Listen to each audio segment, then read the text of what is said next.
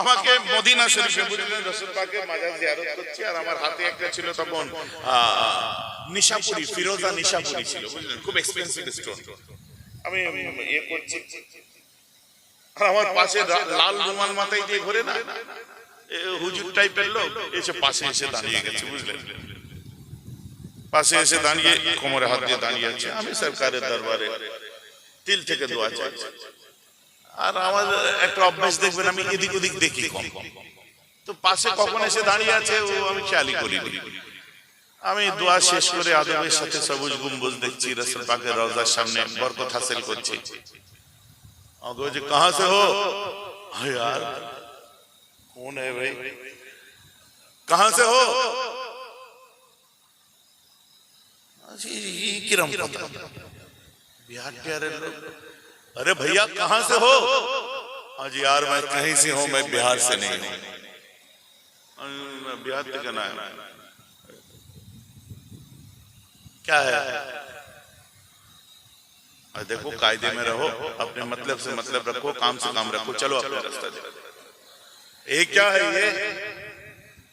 यार अंगूठी है, अपने पैसे से खरीदे, किसी थोड़ी के किसी के बाप के पैसे से खरीदे का, ये अपना ये शिर्क है, शिर्क। जब शिर्क बोले तो मैं उनके हाथ पकड़ लिए, फिर हाथ पकड़ के खींचते हुए आया, चलो मेरे साथ 3 नंबर गेट, চলো আমার সাথে 3 নাম্বার গেটে, হাত ধরে ছোড়ো ছোড়ো। আমি কি আজ ওই আপনারা যারা গেছেন দেখেছেন মসজিদে গাওয়ামার সামনে শুধু পাথর আর আংটির দোকান, তাই তো? আরে আংটি পরা সুন্নাত, বলেন না সুবহানাল্লাহ। হাত ধরে আমি দিয়ে যাচ্ছি, বলে ছাড়ো ছাড়ো, আমি চল, আমি যদি শিরক করে থাকি যারা বেচছে ওরা কি করছে জবাব ওদেরকে দিবি, চল। তো যদি টিকি চুল তুলে দেয় আমি কান কেটে উড়িয়ে দেবো। যে হাত পা ছিঁড়িয়ে দিয়ে কোথায় চলে গেল? আল্লাহ রাসূল বলছেন ওকে মার্ডার করে দাও, হত্যা করে দাও বলেছিলেন। আমার নবী বলছে ওসমান, ও যে ধর্মের মানুষই হোক আর ও যে খোদারই আরাধনা উপাসনা করুক, মাথায় রাখবে তোমাকেও যে খোদা সৃষ্টি করেছে ওকেও সেই খোদাই সৃষ্টি করেছে। আমাদের স্রষ্টা এক, ঠিক আছে?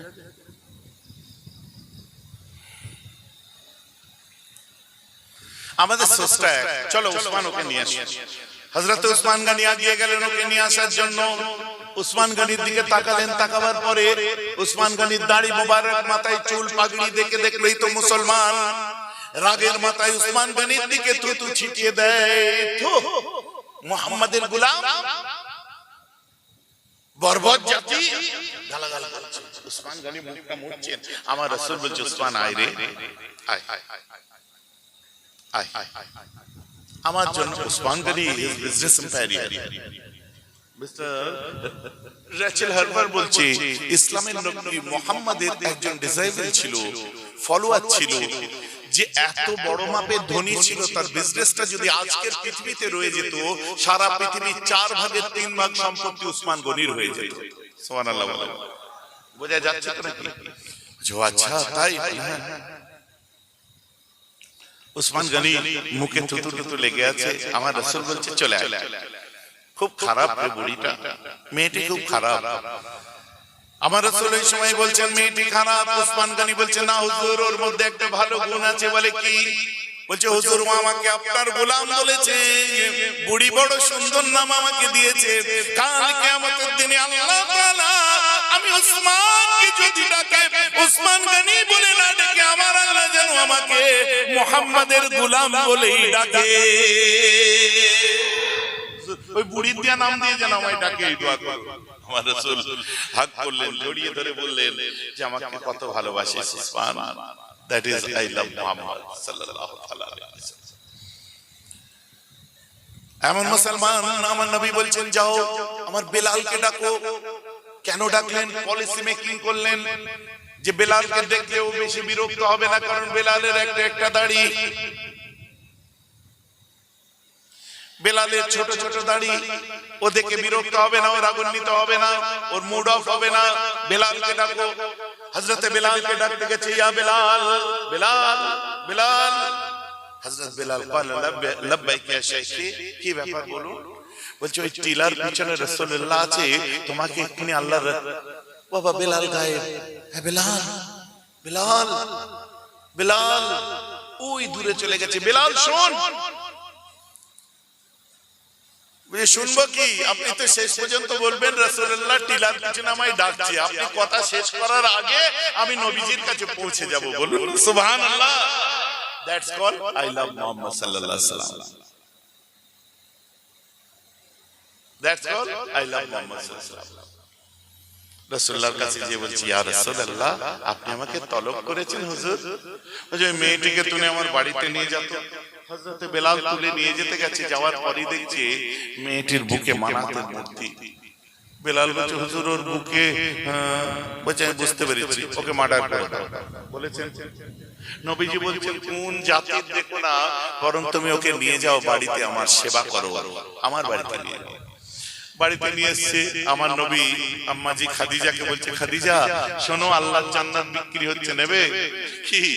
বলছে একটা মেয়ে নিচ্ছে, ও সাহায্য করো, ও সেবা করো, আল্লাহ তোমায় জান্নাত দিয়ে দেবে। আরে ওই পাগলগুলোকে কে বুঝাবে যারা আজকে সেজেগুজে মেইনস্ট্রিম মিডিয়ার মধ্যে বসে উলফাল বকছে যে ইসলামের মধ্যে বলা আছে যারা মূর্তি পুজো করে তাদেরকে হত্যা করো। না, এ কথা বলা নেই, বরং নবীজি এ কথা বলছে যাদের বুকে মূর্তিও থাকবে তাদেরকে তুলে নিজের বাড়িতে এনে সেবা করো। বলুন সুবহানাল্লাহ।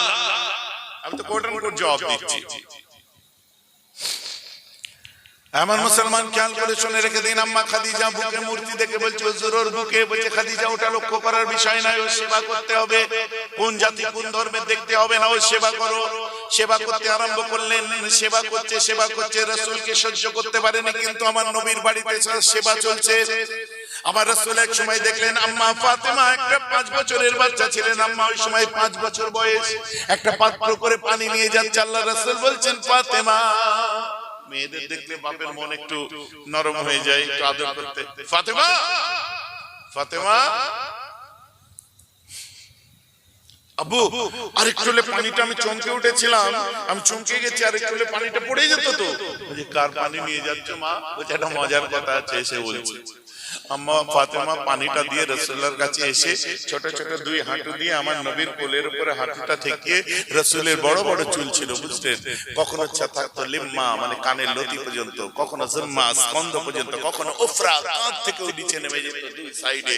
মাশাআল্লাহ কেমন দেখতে ছিলেন আমার রাসূল, একটু বলুন, অন্তর দিয়ে দেখুন। নবীজির চুল নিয়ে খেলা করছে। আব্বু একটা বিশাল মজার ঘটনা আছে বুঝলেন, দেখবেন। এটা বললাম বলে আপনারা যুবকদের বলছি, এটা সুন্নাত, কিন্তু তোমার আব্বা আম্মা যদি এটা পছন্দ না করে, কম বয়সে এই সুন্নাত আদায় করতে যেও না, আর অনেক সুন্নাত আছে সেগুলো আদায় করো। কারণ হযরতে আলীর মাথায় অত বড় চুল ছিল না, আর আমার রাসূল জিন্দেগিতে কোনোদিন কাবলান নবুয়া, নবুয়তের আগে, বাদান নবুয়া, নবুয়তের পরে, আমার নবী জিন্দেগিতে কোনোদিন ছোট চুল রাখেননি।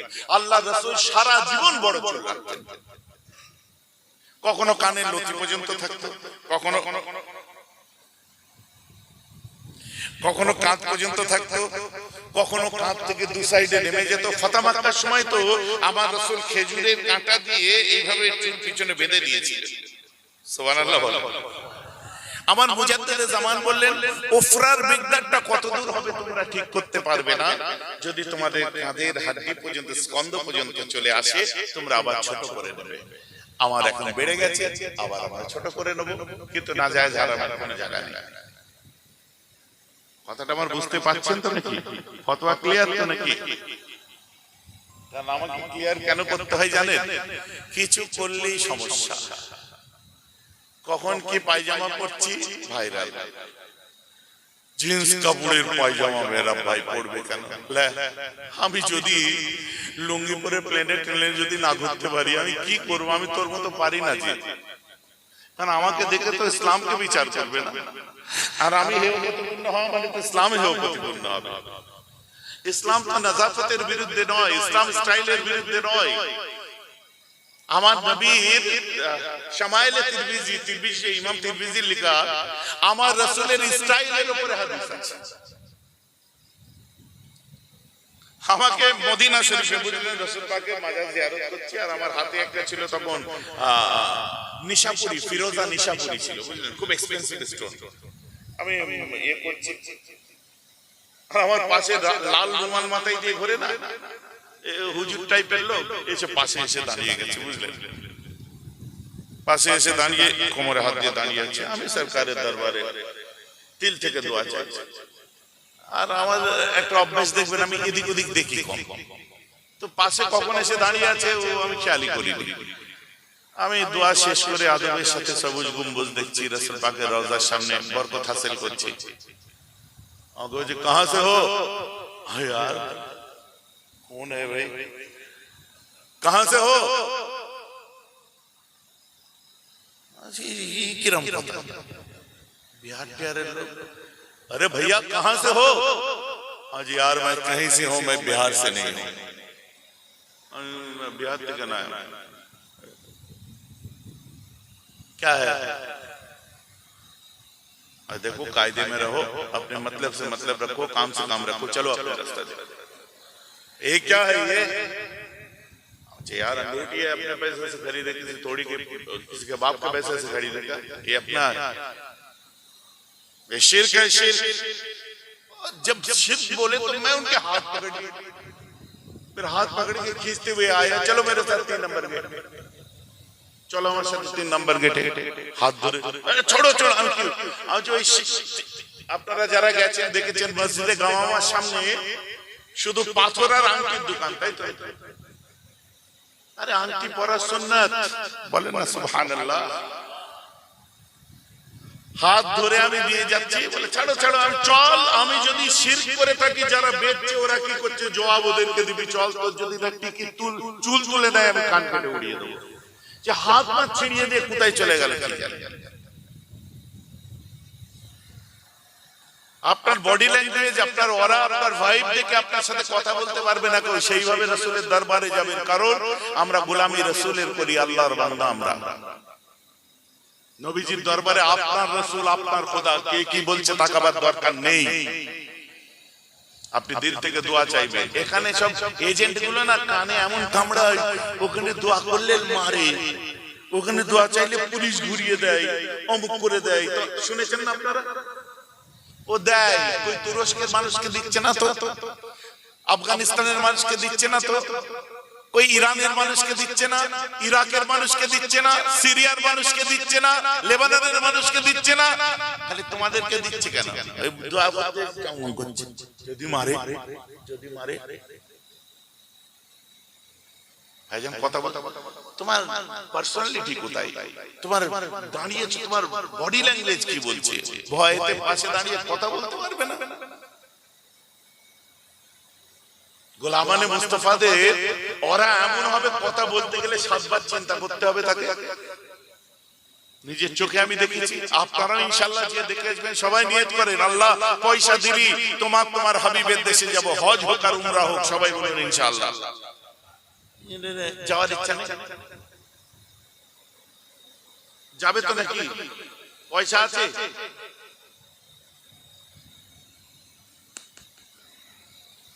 সকলে জোর করে বলুন ইনশাআল্লাহ, আরো জোরে বলুন ইনশাআল্লাহ। কেন বলাচ্ছি জানেন? ইসলামের স্তম্ভ কটা? 3টে, তাই তো? আরে জোরে বলো না। 5টা, রাইট। ইসলামের স্তম্ভ নামাজ, রোজা, হজ, যাকাত, তাওহীদ। তাওহীদ, নামাজ, রোজা, হজ, যাকাত, তাই তো? আমরা পালন করি কটা? কলেমা, নামাজ, রোজা, ফ্রি যেগুলো। আর 2টো আছে যাকাত, পয়সা লাগে, হজ পয়সা লাগে। ওই দেখো পয়সাওয়ালা দুটোই বাদ দিয়েছি, কারণ কোথায় পাবো? হুজুর গরিব মানুষ। কেন তুমি গরিব? আম্বানির যে খোদা, তোমারও তো আল্লাহ। আম্বানি কোন আল্লাহ সৃষ্টি করেছে? পাশের বাড়ির বিল্ডারটা যে আল্লাহ, তোমারও তো সেই আল্লাহ। সে আল্লাহকে না মেনে যদি তার অত কিছু দেয়, তো তুমি আল্লাহকে মানো, আল্লাহ তোমায় দেবে না? আসলে কুড়ে, তুমি কুড়ে বোঝেন। একদিন কাজে যাও, 5 দিন যাও না, হবে ওতে? মাথায় রেখে দিয়েছো মার্বেলের লাইনে আছে, এর থেকে উপরে যাব না, শেডের লাইনে আছে, এর থেকে উপরে যাব না। মাথায় ঠিক করে নিয়েছো এই যে যা করছে এতে খরচ চলে যাচ্ছে, বাইকের কিস্তি যাচ্ছে, আবার কি না? আপনি আল্লাহ বলছে উদউনি, আমাকে ডাক না রে, আস্তাজিব লাকুম, আমি জবাব দিতে তৈরি। আপনি প্রতিদিন তাহাজ্জুদের ওয়াক্তে তাকে ডাকতে থাকুন, দরওয়াজাতে তার খটখটান, প্রতিদিন গোলামি করে যান। মনিব যদি একদিন দরজা খুলে যায় তো তোমার নসিব চমকে যাবে। বলুন সুবহানাল্লাহ। কথা ঠিক বলছি না ভুল বলছি? অতএব চেষ্টা রাখতে হবে। আপনি বলবেন হুজুর আপনি ধনী লোকদের হুজুর তাই এমন করে বলছেন। আরে তুই গরিব আছিস কেন? আল্লাহ তো সবাইকে সুযোগ দিয়েছে। আর ধনী না হতে পারলে মরার সময় কি বলবি? যে আমি তিনটে করেছি দুটো বাদ। আর আল্লাহ যদি তুমি খাটাখাটি করে ধনী হও, মরার সময় বলতে পারবে আল্লাহ আমি পাঁচটাই আদায় করেছি। বলেন না সুবহানাল্লাহ। সারা পৃথিবীর যত মুসলিম দেশ আছে গরিব, তৃতীয় বিশ্ব ছাড়া।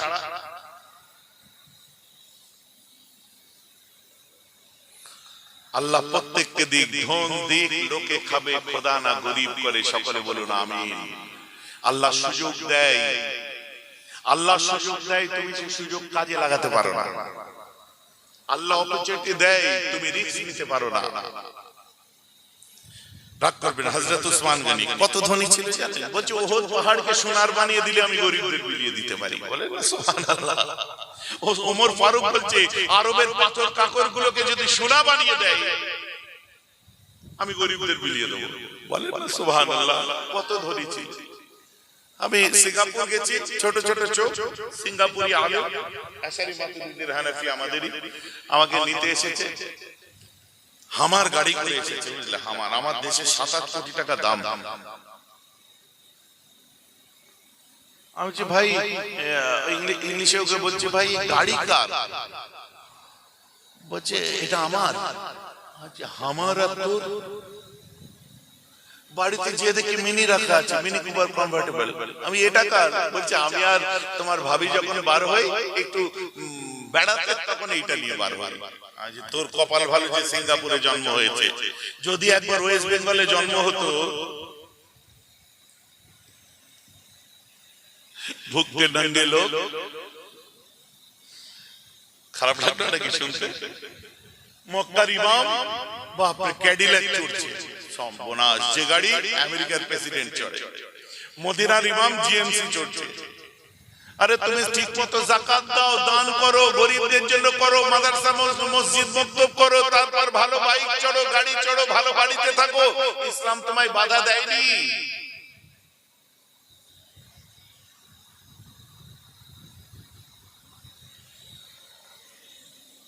ভাইজান আমার কথা বুঝতে পারছেন তো নাকি? আর তুমি যদি বলো ভাইজান এখন আপনি অ্যাম্বাসেডর চললে হয় না, অ্যাম্বাসেডর বলি বাবু, অ্যাম্বাসেডর বলি। বাচ্চা বলছে না পাগলা, আগেকার যেটাকে কি বলে ট্যাক্সি বলে, ট্যাক্সি। অনেকে বলে ট্যাক্সি। আমি যদি ওই চড়ে আসতাম তোমার জলসায় পৌঁছাতে পারতাম, সেই কি বলে এর থেকে শাসনের কাছ থেকে আধা ঘন্টা এখানে আসতে পারতাম।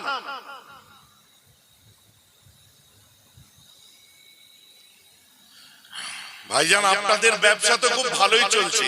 অরিজিনাল ব্যবসা যদি দেখতিস, খোদার কসম বলছি নিজের ঘরে আগুন লাগিয়ে মরে যেতিস। জলসা জুলুস তো দূরের কথা, যদি অরিজিনাল বিজনেসটা জানতে পারতিস, এখন যেমন ভেতরে জ্বলছিস তখন ঘরে আগুন লাগিয়ে জ্বলতিস। ভাইজান কথা বুঝতে পারছেন? নসিব ভালো যে এর পরেও জলসা জুলুসের লাইনে আসছি, তকদির ভালো যে এর পরেও সপ্তাহে 3 দিন জলসা করছি। নাহলে ওদিকগুলো যারা জানে আমার খুব ভালো আছে, ঠিক আছে।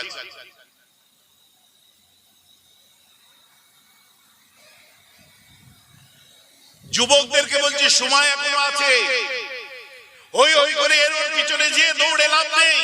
কে কখন পাইয়ে দেবে হলো আপনার ভিখারির মতো ঘুরো না। আল্লাহ দাম দিয়েছে, নিজে চেষ্টা করো, নিজে নিজে সমাজে মাথা তুলে দাঁড়িয়ে নিজের আইডেন্টিটি তৈরি করো, তবেই তো তুমি বাপের বেটা। কবে বেকার ভাতা দেবে তবে আমার হবে, কবে বলে কন্যাশ্রী দেবে তবে আমার মেয়ে পড়বে, কবে বিধবা ভাতা দেবে তবে খেতে পাবো। কথাটা আমার বুঝতে পারছেন? তুমি নিজে নিজের আইডেন্টিটি তৈরি করো।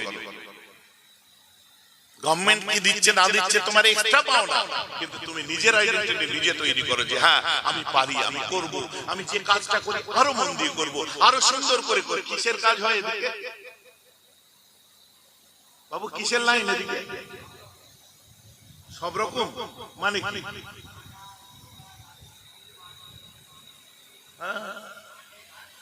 তাহলে তোমরা জানো কারা? তোমরা জানো কারা? তোমরা মার্বেল মিস্ত্রি হয়েছিলে তাই মার্বেলের ঘরে ওই ধনী লোকগুলো থাকতে পারে। তোমরা রাজমিস্ত্রি হয়েছিলে বলে পাকা বাড়িতে থাকার নসিব ওদের হয়েছে। তোমরা জোগাড়ে দিয়েছিলে বলে ওদের বাড়ি পর্যন্ত মালটা পৌঁছেছে। তোমরা চাষবাস করেছিলে বলে ওদের পেট পর্যন্ত খাবারটা পৌঁছেছে। তোমরা শ্রম দিয়েছিলে, ড্রাইভারি করে তাদের ঘর পর্যন্ত পৌঁছেছিলে বলে তাদের সংসার চলছে। নিজেদেরকে নিয়ে এত ছোটখাটো ভেবো না ভাই, এত ছোট জায়গা থেকে দেখো না নিজেকে। আমার হবি কি বলেন তো? ড্রাইভিং করা। কোনদিন ও যাই থাক নাই থাক ড্রাইভারকে দিয়ে আমায় গাড়ি চড়তে আপনারা দেখেন, কারণ ওটা আমার শখ। দুটো ড্রাইভার আমার পিছনে বসে থাকে, তাদের কাজ গাড়ি পার্কিং করব, গাড়ি গেট খুলবো, উঠবো, বাস ঝামেলা শেষ। ড্রাইভিং আমি করব। এটা কি ছোট কাজ? গাড়ি চালানো, ড্রাইভিং করা। প্লেন যে চালায় কি বলে? পাইলট। পাইলট মানে কি? একই ব্যাপার, তুমিও পাইলট। সে গরুর গাড়ি চালাও আর প্লেন চালাও, কোনো কাজ ছোট হয় না বন্ধু। কোন কাজকে ছোট করে দেখো না। দেশ বিদেশ ঘোরা ছেলে আমি, সিদ্ধাতের সাথে মন দিয়ে সেই কাজটা করো, ইনশাআল্লাহ তোমার কষ্টের দিকে লক্ষ্য করে আল্লাহ দেবে।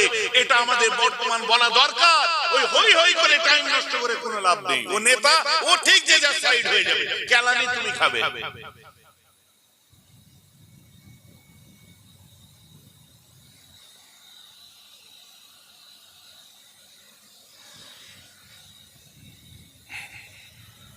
স্বামী তুমি যে অ্যাঙ্গেল থেকে ভাবো ভাগ্য যাও, আমার কোনো যায় আসে না।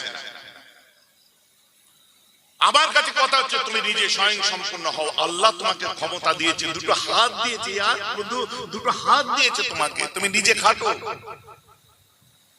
আমার মুসলমান আর বেশি আমি এই লাইনে বাড়াচ্ছি না, একটু চলুন। আম্মা ফাতেমা বলছে আব্বু খুব মজার ব্যাপার আছে। বলে কি?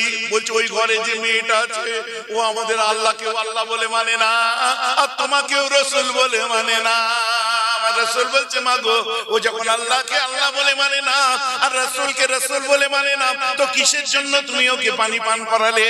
ওই সময় 5 বছরের বাচ্চা আম্মা ফাতেমা বলেছিলেন, আম্মা আমার মা বলেছে ও আমার আল্লাহকে আল্লাহ বলে মানুক আর না মানুক, তোমাকে রসুল বলে মানুক আর না মানুক, আমার আল্লাহ তো রহমানুর রহিম আর আপনি তো রাহমাতাল লিল আলামিন, আপনি তো সবার জন্য। ও কোন ধর্মের দেখার দরকার নেই, পিয়াসাকে পানি পান করালে আমার আল্লাহ আমাকে জান্নাত দিয়ে দেবে। জোরে বলেন না সুবহানাল্লাহ। কোন জাতির দেখার দরকার নেই, মা বলেছে ওকে পানি খাওয়ালে। এখন ওই ধর্মেন্দ্র না জিতেন্দ্র কি নাম, ওকে কি বুঝাবে? তুমি ধর্মের, তুমি সম্প্রীতি শিখাচ্ছ, মানবতা শিখাচ্ছ, সাম্যবাদ শিখাচ্ছ, মূল্যবোধ শিখাচ্ছ, নৈতিকতা শিখাচ্ছ। যে ধর্মের 5 বছরের বাচ্চা মেয়ে কোন জাতির দিকে দেখে না, পিয়াসাকে পানি খাওয়ালে জান্নাত পাই, এই শিক্ষা পায়, আর সেই জাতির মানুষটাকে সাম্প্রদায়িক বলতে লজ্জা করে না? ইসলামকে দেখুনি এখনো, মুসলমান চোখে দেখুনি এখনো। মুসলমানদের কোন কথাকে দুর্বলতা হিসেবে নিও না, এটা তাদের আদর্শ, রাসূল শিখিয়েছে। হ্যাঁ, আমরা এইভাবেই চলতে অভ্যস্ত, কারণ আমরা সুফিজমে বিশ্বাস করি, ওলিয়া আউলিয়াদেরকে ভালোবাসি। এমন মুসলমান খেয়াল করে শুনে রেখে দিন,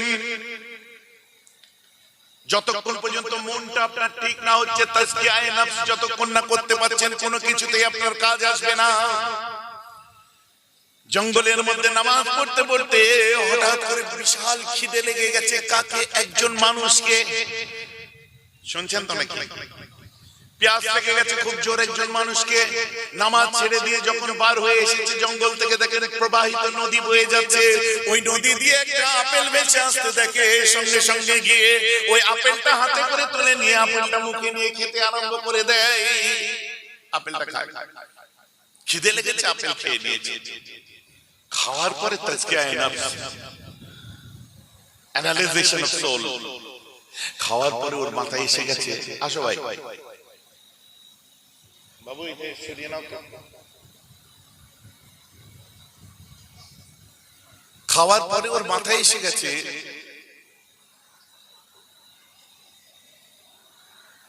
যে আমি আপেলটা তো খেলাম, এটা কার গাছের আপেল, এইভাবে ভাবে দিই যে নদীতে ভেসে আসছে আমি খেয়ে নিয়েছি, ঝামেলা শেষ। না, এটা তাকবীর দিন, নারে তাকবীর, আরে জোর করে দিন, নারে তাকবীর। জনাব হযরত পীরজাদা মাওলানা ইসহাক সিদ্দিকী সাহেব, জনাব পীরজাদা হযরত মাওলানা ইসহাক সিদ্দিকী সাহেব, নারে তাকবীর। এসো ভাইয়া বস।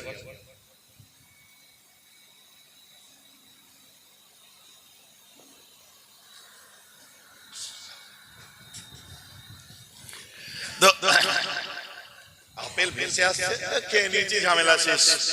আরে বাবা বর্ষাকাল হেঁটে আসছি, রাস্তায় কই মাছ দেখতে পেয়েছে, খপ করে ধরেছে, যে বাড়িতে রান্না করে খেতেও খেলো, আর তারপরে বাড়িতে যে গল্প দিল কি একটা পাক্কা, পরের দিন বাইরে এসে গল্প দিচ্ছে কি পাক্কা কই মাছ পেয়েছি, টেস্ট।